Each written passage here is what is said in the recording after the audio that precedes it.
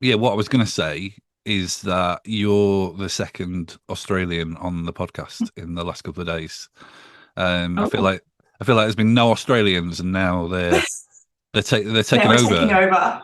That's Yeah, what we do. You just it's like all the creep in. Australians. It's like all the Australians in London in the walkabouts. Exactly. We slowly infiltrate. I don't know whether London has a walkabout actually, but I presume it has. Certainly in other parts of the country, you're like if you want to find an Australian, they're always in those bars.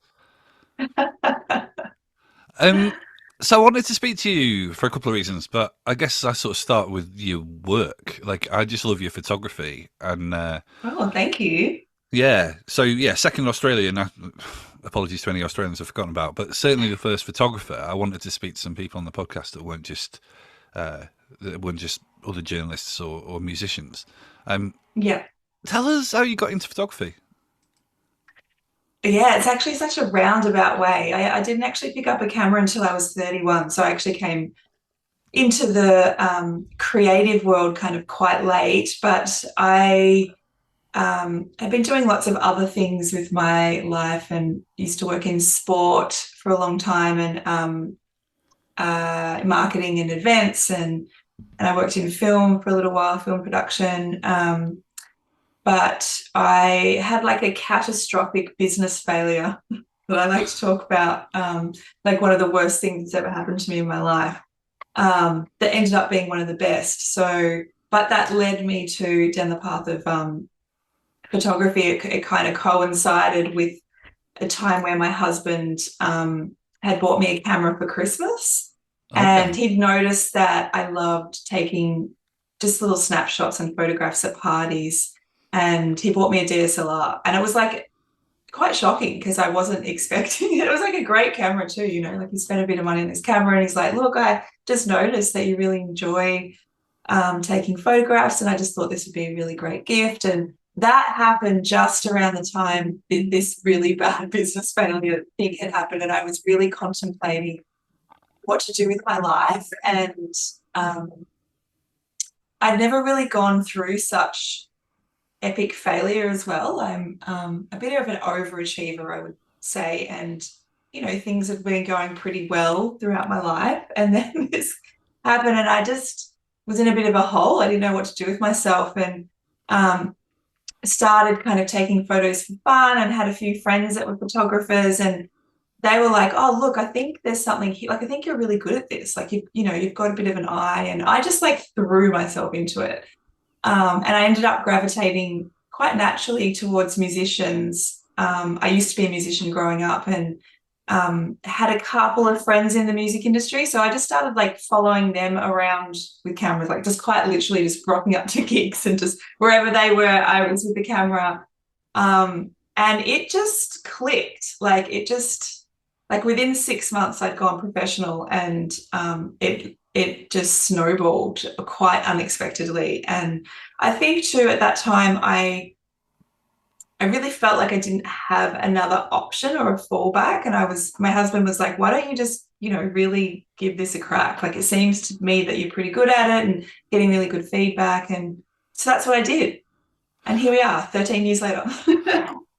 Which do you prefer your life now, or do you prefer your life pre pro photographer? Oh, definitely now. My God, the experiences that I've had in the last 13 years. And like my jobs previously were great. Like I had my dream job at 21. I was working at in the marketing department of the National Basketball League, and I'm a basketballer. So like I had my dream job, but then nothing could compare to what I've experienced in the last, like I said, 13 years. And the artists that I've worked with and the experiences that I've had and the places I've been able to travel on tour. And it's just, I literally have the dream job. So I feel very fortunate.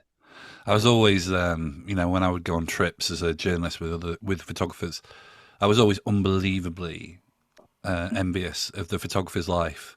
I'd always be like, you don't have to have an opinion really on what you shoot in. Like Mhm. I remember being on a flight once to interview a band with a photographer from Metal Hammer, and all the way there he was like, every time I've shot this band, I hate them. They're so rude, and I was kind of like, trying to formulate what my opinion was and all this sort of stuff. And then like he kind of just got in and was like so charming with them and kind of put them at ease. And I was like, oh god, I'm the one that's gonna have to do the confrontational bit now. You know, like it's kind of mad. It's a skill, I think, to put people at ease and have that, even if it's like someone you might not like, or maybe they're coming in it with a really bad mood or whatever. And you do have to kind of like put on the charm, because you need to still get out of them what you need. Yeah. Which usually means you don't need them in a bad mood. Like you want them in a good mood, you want them to be relaxed. And so yeah, I totally resonate with that. It's like, I mean, I tend to not, I'm really lucky I haven't worked with too many assholes in my career, a couple, but not too many. But yeah, you've really just got to like turn on the charm and, lay on the compliments and get them in a good mood. So you think that like a big part of it really, it is basically about personality?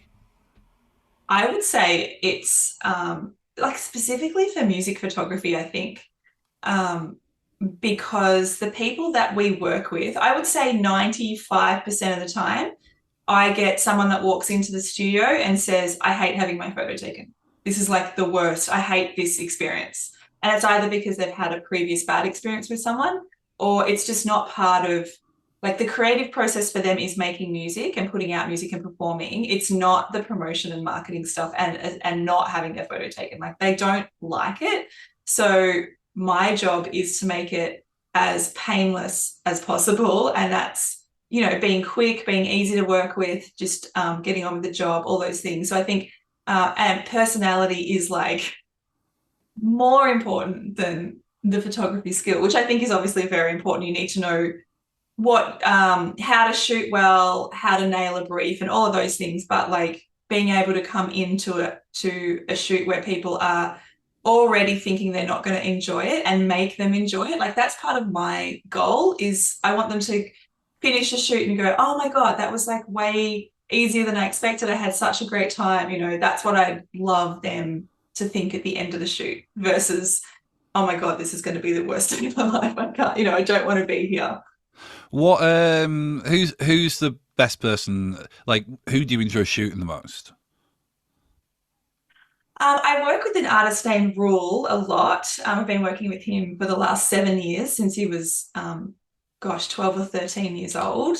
So I'm a little bit biased because the relationship I have with him is very different to my other clients. Like I'm part of his creative team. I do all of his photography, from press shots to album covers to behind the scenes stuff on video shoots, as well as touring with him. So it's like an all-encompassing role. And that's kind of really unusual. Usually artists will get different photographers for different things. So it's a little bit disjointed, and you don't have quite as close a relationship like I do with Rule, where you're part of the team, you're part of the touring family, part of all of the visual assets that go out that for him come through me. So, I really enjoy that process. I really enjoy being really hands-on with the whole creative team and making decisions. Like, it's not just taking photos and then you send them off, and then how they're used is really up to the label and management and stuff. Whereas I'm very much part of that whole process, which I really enjoy. So yeah, I would definitely say my work with Rule is the most like fulfilling and enjoyable. What about an artist who, I mean, I guess that, I used to be in a band, and I used to, I've had loads of stuff in my life with kind of, I suppose you would call it body dysmorphia, really, like kind of feeling, complicated things about my body. And when I used to be in a band, I could not stand having my photo taken. Have you kind of found yourself working with people who have those sorts of problems? Absolutely. That's really, really common. I would say also more common with females, just as a generalization. Obviously there's, extra societal pressures that are placed on women, but definitely have encountered it with men as well. But it's really, really common. And it's always interesting, photographers always talk about how the photos that clients choose are really weird as well. Sometimes you're the selections come through and you're like, there's no way I would have thought that they looked best in those particular photos. And like you always kind of over deliver with proofs as well. And sometimes you throw in a few where you're like, oh, I'll just throw them in. And they're always the ones that people pick. It's always the ones that are like the least favorite that end up being like the pack shot or whatever. But that body dysmorphia really comes into that because often people see something about themselves that no one else sees. Right, so they'll be like, oh, I don't like the angle of my nose in that shot, or so. It's something that you like literally cannot see, but it's like in their head, and you just have to work around that, don't you? So it's like you can't tell someone, oh no, you're being silly. Like no one can. Like if they see that, they see that. So it's I always try and be as respectful as I can, and like I said, I try and deliver as many proofs as possible, so people do have choice and that they're really happy with how they see themselves in the photo. I mean, that's essentially what's most important. Even if it's like, I would be like, oh, look, I probably would have chosen a different photo. And sometimes I will voice that opinion if I think it's a really obvious, like, look, I'd really suggest that you pick this particular photo. I think this is really strong. But, you know, if it's like management are involved and it's unanimous that there's another set of, you know, photos that they like better, I'm just like, oh, as long as they're happy, I'm happy. yeah, totally. What you know, as someone who has commissioned photographers, and to be honest, if I'm being absolutely honest, in the year 2023, don't know how good I was at it really. Sometimes I think I probably expected too much of photographers, like almost like I'm quite a visual person. I had an idea of what I wanted, and probably was frustrated sometimes if what they delivered didn't completely match up with what I'd imagined. So that's me basically saying, you know, sometimes I have been a twat. What frustrates you about working for clients? Like in terms of briefs, and, you know, what frustrates at your end of things? What is frustrating? Yeah, that's such a great question. I mean, that's I try to tease out as many references as possible because that is really hard. Like if an artist or a management or a label has a vision, often for non-visual people, it's hard to communicate what they're seeing. So what I try to do is to get them on, even it's Pinterest or on Google, just try and find visual references that it doesn't have to completely represent what you're trying to get across, but bits and pieces. So it can be colors, it can be shapes, it can be, you know, just because there's so many different types of references. There's photography, lighting references, but then there's styling references, there's makeup references. So getting all those bits and pieces and trying to put them together a bit of a puzzle. And then my job is to interpret that and kind of, you know, execute on the brief. So, but the teasing the brief out is usually really hard because people, either two things, they don't have an idea at all, which is really hard because you're like, what? We could go anywhere with this. So give us like a few parameters to start. Like, what are you expecting? What do you like? What do you don't like? But if people do have a really firm idea, then it's really trying to get on the same page. And like I said, for me, it's just about, you know, talking a lot to the person, listening to their music, trying to get the vibe of what they're getting across and those little visual references as well. And then on the day as well, what I like to do is when I'm shooting, especially if I'm in the studio, tethering so that the client can see what's happening and getting feedback in the moment as well. Are we on the right path? Is this what you're envisaging? What can we do to make it closer to your vision? And just it's like a constant communication to get as close as possible to what they have in their head. You tweeted today about, or it was today or yesterday, one day, about like clients, or, you know, in this case kind of bands or whatever, or labels saying, almost kind of wanting control of where photos are used and kind of having ownership of them. And certainly I found that as an editor really frustrating, kind of creatively, but also because it just felt like it was taking like money out of photographers' pockets, like freelancers' pockets. Tell me a bit about that. Yeah, I tweeted last night. This is something that I'm running into more and more. And that it's labels. Usually they want full ownership of the work, which, I don't have one of those blanket rules that I don't pass over my full copyright, but I do want to be paid appropriately for that. And what we're seeing now is younger photographers are coming in and they don't understand the implications of what full buyout means, and that they're signing over their copyright and they don't have any rights to those photographs. So, labels are pushing that more and more and more. And the fees that they're,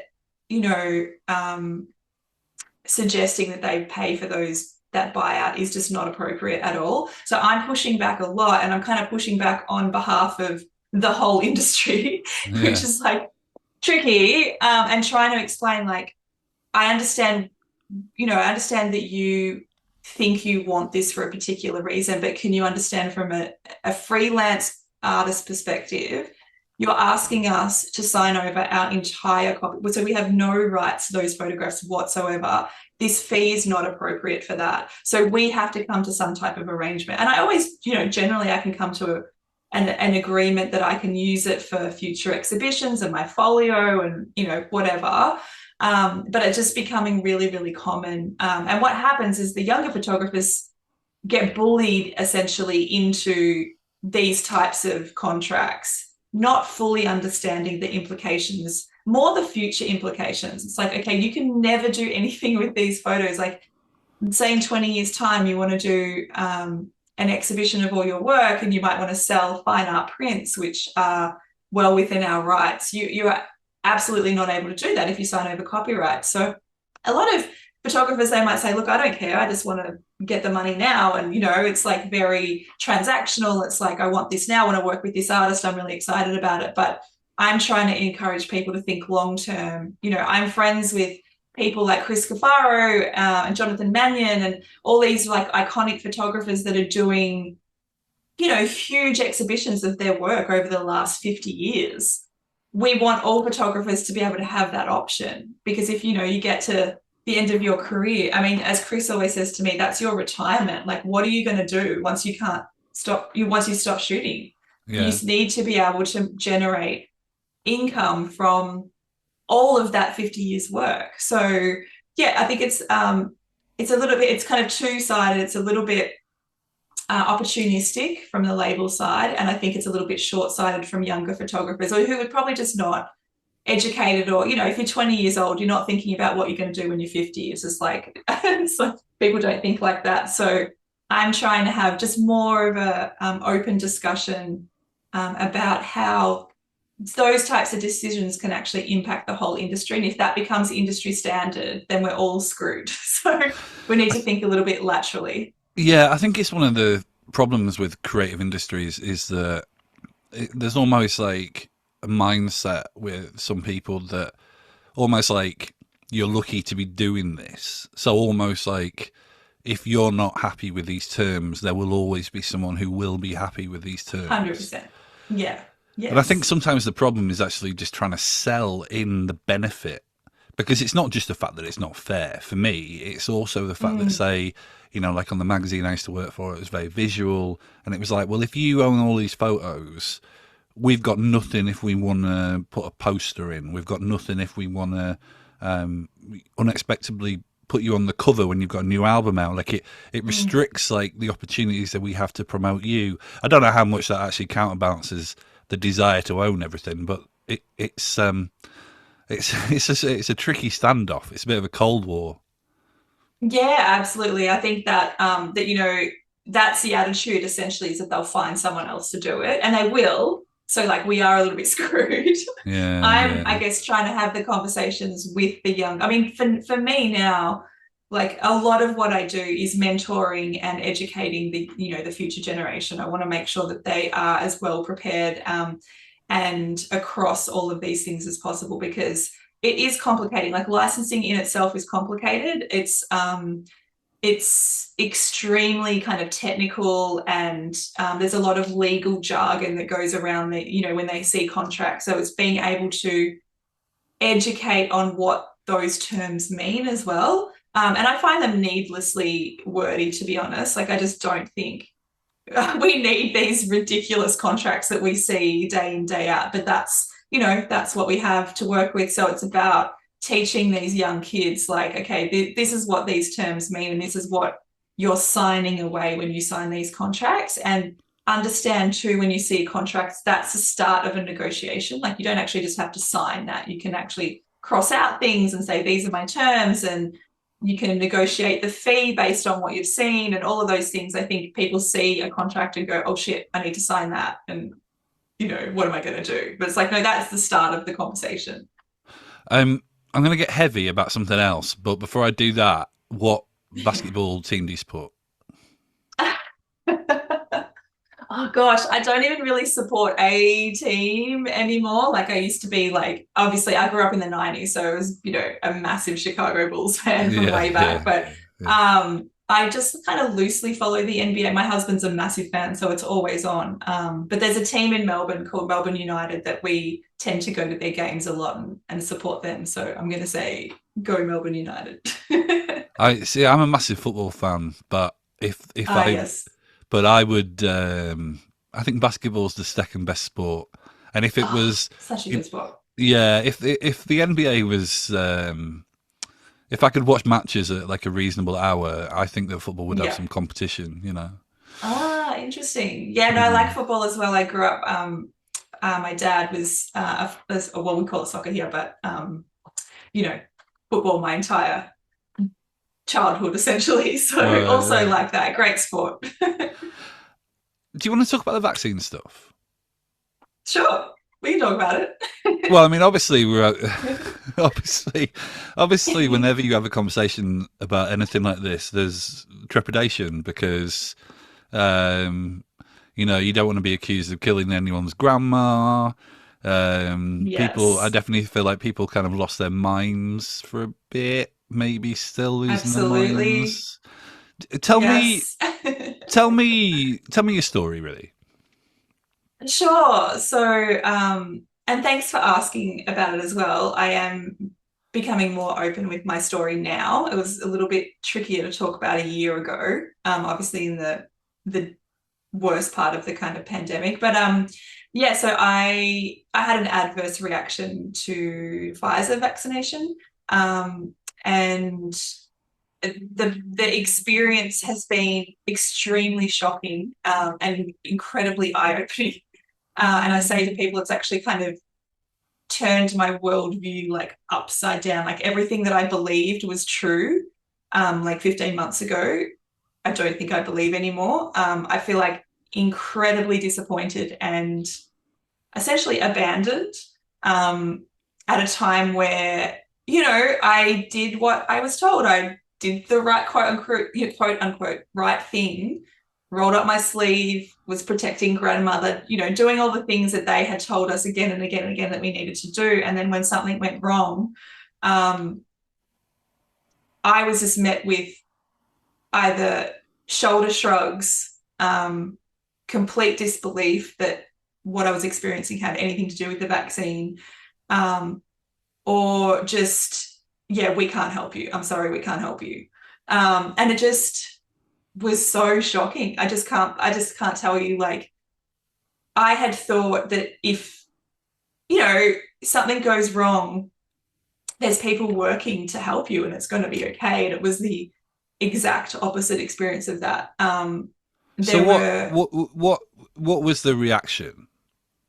Yeah, so 4 days after my first Pfizer vaccination, I started having extreme like stabbing chest pains. Like, it felt to me like I was having a heart attack. And I went to ER, and they were, they saw me quite quickly, and they didn't just dismiss me straight away. They did a couple of tests. And basically then we're just like, oh no, you're fine. All your tests are coming back fine. You don't fit the profile. They kept saying, you don't fit the profile of what we're seeing for myocarditis, because that's, young males, and you're in your 40s and you're female. And they sent me off and said, I think it's just anxiety. And I was just like, Pretty sure this Yeah, feels a lot different than anxiety. yeah, yeah, And the doctor had said to me, like, we're seeing a lot of people, there's a lot of anxiety around the vaccine at the moment.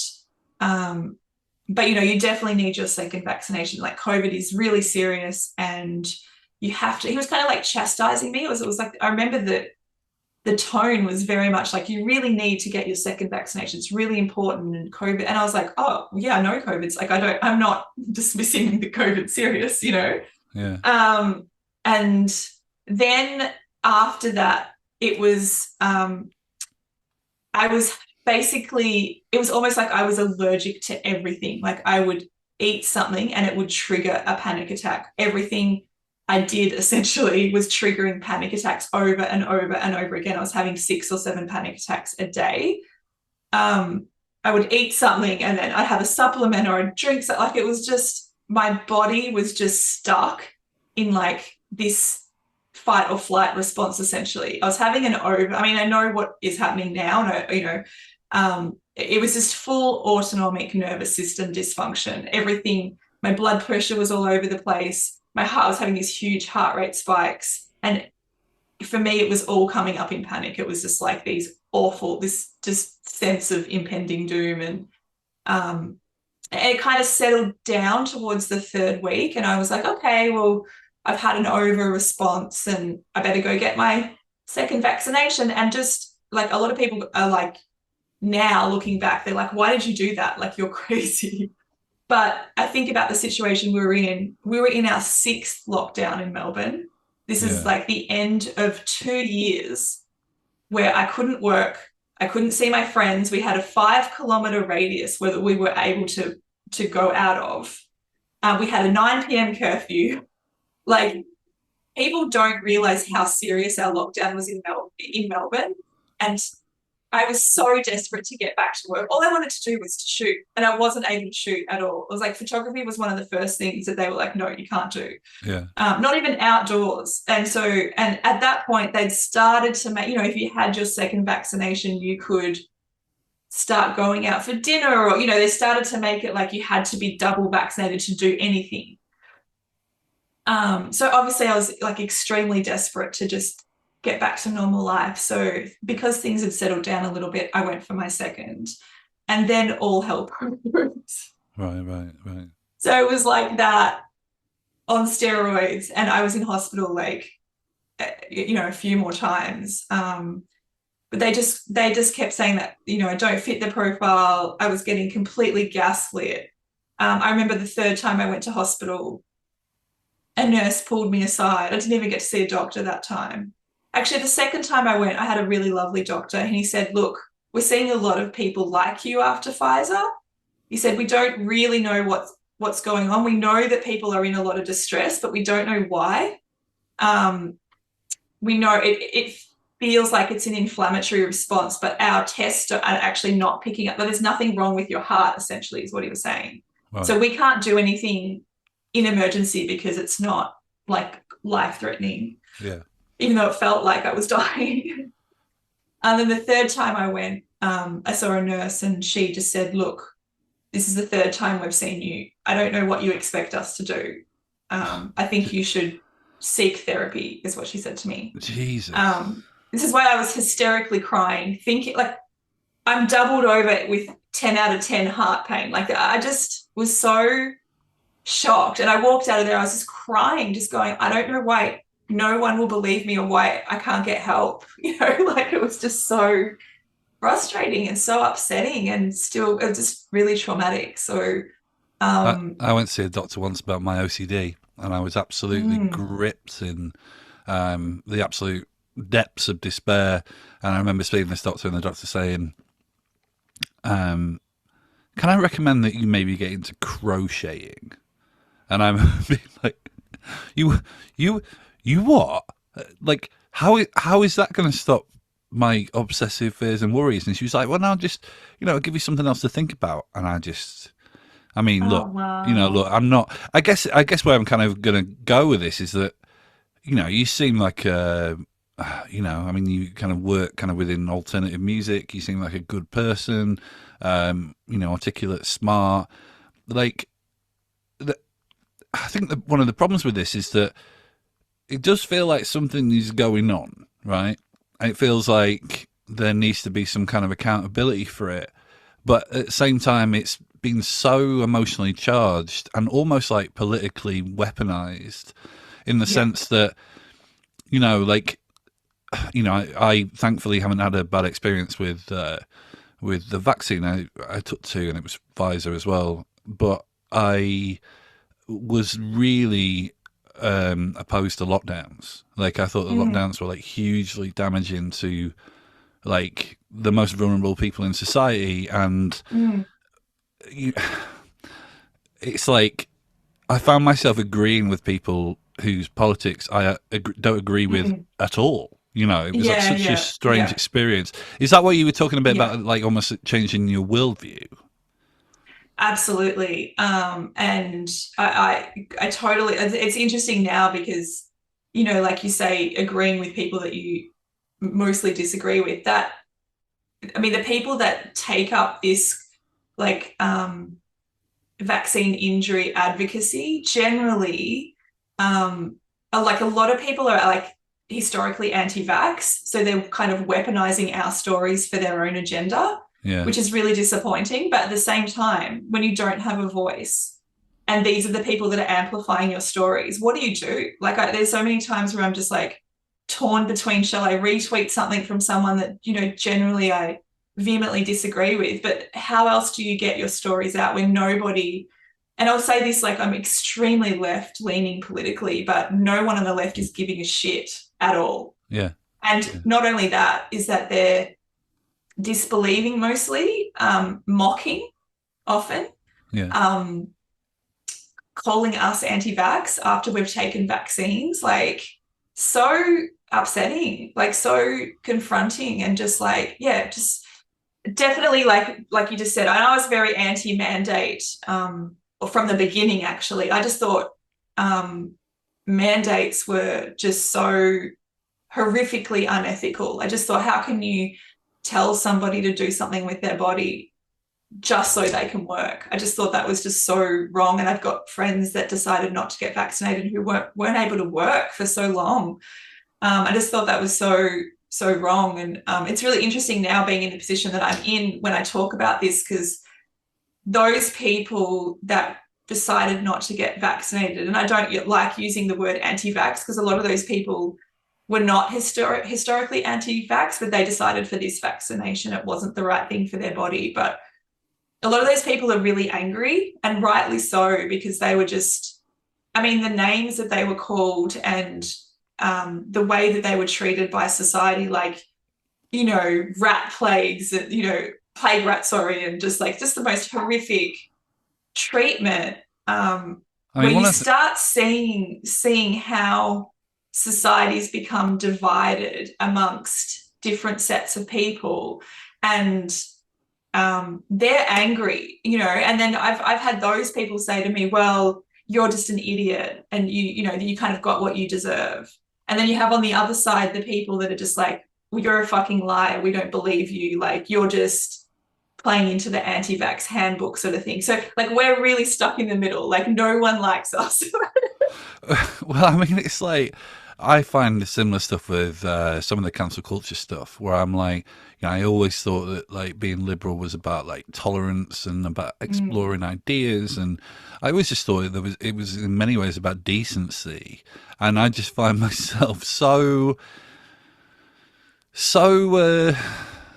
estranged from the left, really. But I can't go further right. It's like, no, I'm the same. Like, you feel politically homeless. Exactly. But even that phrase, I mean, even like when I see someone talking about, I suppose I got quite interested in kind of like, I suppose, quote unquote, kind of heterodox kind of speakers on podcasts, and I'm very much in that world. Absolutely, right? Absolutely. But it's a constant. You constantly have to check yourself. You constantly have to go, like, am I just agreeing with this because I'm angry, or am I? Am I losing my sense of self? Yes, that's such a good point. There's a really good friend of mine who we have extremely similar political views on a lot of things. And there's a couple of top topics that we're really aligned with that, are not, traditionally left, I guess. But we know that we're not right. We're not at all. Like there's so many things on the right we just do not align with. It's just not what our core values are. But we're constantly saying to each other, are we becoming really conservative? Like, what's going on? Because I find myself agreeing with more people who are slightly right leaning, but then sometimes I like look at other stuff that they're saying. I'm like, I don't agree with that at all. Totally. So it's like this weird thing. It's like maybe I agree with, a couple. I guess that's why I'm just kind of against this like left and right thing at all now, because I'm just like, well, I pick some stuff from there that I really agree with. And then there's some stuff on this side that I really agree with as well. But I'm not like, I don't really feel like I identify with one side more than the other anymore. And I think particularly after an experience like this, when I was extremely trusting of the medical establishment, I was definitely over trusting of the government, and that they had our best interest and our health, in mind, or the best interest in that regard. I don't believe that at all. Like, there's no way that you can go through what I've been through. And I say this to some of my friends who are still a little bit like misbelieving about what is actually going on, because I feel like there is, like you said, there is a larger trend that I don't think anyone is really ready or prepared to talk about with the vaccines. And I think I'm just kind of not pushing it too much and going, well, I think it's going to show itself in time anyway. I think the data is going to be the data, and soon it's going to be undeniable that these vaccines have caused a lot more damage than people have been willing to actually admit. I think it's going to be just absolutely undeniable. But I said to a friend recently, because he was like, what would you, he was trying to kind of sway me to the very pro-vax side. He goes, what information would you need to see to be convinced? And I said, you don't understand. I was already on your side. I've seen new information and I've changed my position. To get me back would mean that I'd have to not experience what I've experienced as a person living in this world over the last 15 months. I don't think you can get me back. I've lost all faith in science and the medical establishment and all of it. I've lost all faith. It's crazy to me as well, though, because it's like, it's like, I always thought there was a value of the left. Say things like, it's the hypocrisy I can't stand, because it's like, I always thought that it was a position of the left to be critical of big business, and there is no business that is bigger than, big pharma. And also it's like, I'm very, as I think any decent, compassionate person should be, I'm very pro-choice when it comes to abortion.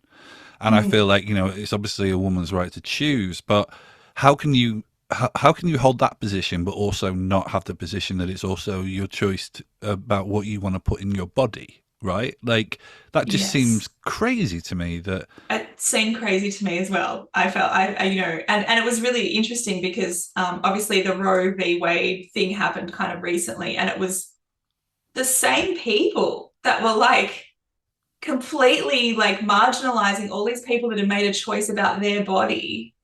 And I saw the arguments as that, you're doing this to protect the community and blah, blah, blah. But it's like, that would maybe be a little bit more valid if the vaccine was stopping transmission, of which it is not. And it's not even up for debate anymore. So you can't even use that argument anymore. Like, I don't know. You're not protecting grandmother anymore. It's not stopping her from getting it, unfortunately. So maybe if the vaccines were better at doing their job, that would be a valid argument. But I think I think it was just people were so rattled, weren't they? Those early days when it was like. If you're constantly bombarded with a message about this virus is going to kill you for 2 years and this is the answer. And, for the music industry, like we were told, the campaign was around, vaccination. It was around, this is how we get back. I was fully on board. I would talk friends into getting vaccinated. I thought this was the way out. So like, if anyone's listening and they think that I was on the fence, I was extremely pro-vaccine. I was like, trust the science. That was me all of the way. Yeah. So, after having this experience and just seeing, like, when you're in the vaccine injured community and you have seen the damage that this has done, like, I don't know if I'll ever recover from what I've read, what I've seen, the people that have, like, yeah, it just makes me emotional. Like, people have committed suicide because they can't get better. Like, it's so upsetting. Sorry. No, I'm sorry. If I was there, I would give you a tissue. Thank you. Thank you. Yeah, it's extremely hard when you've just seen the things that you've seen, If I feel a little bit like I should have saved the basketball question as kind of like a vibe shift at the end of our conversation. Listen, No, for sure, it's fine. Michelle, I think you've got to go shoot someone. So I'm going to Yeah, exactly. I'm gonna go let you wipe your eyes and maybe reapply your mascara, and I will say bye. But thank you so much for telling me your story. It's been a really interesting conversation, and I'm wishing you all the future health. Thank you. Thanks for having me. I really appreciate it.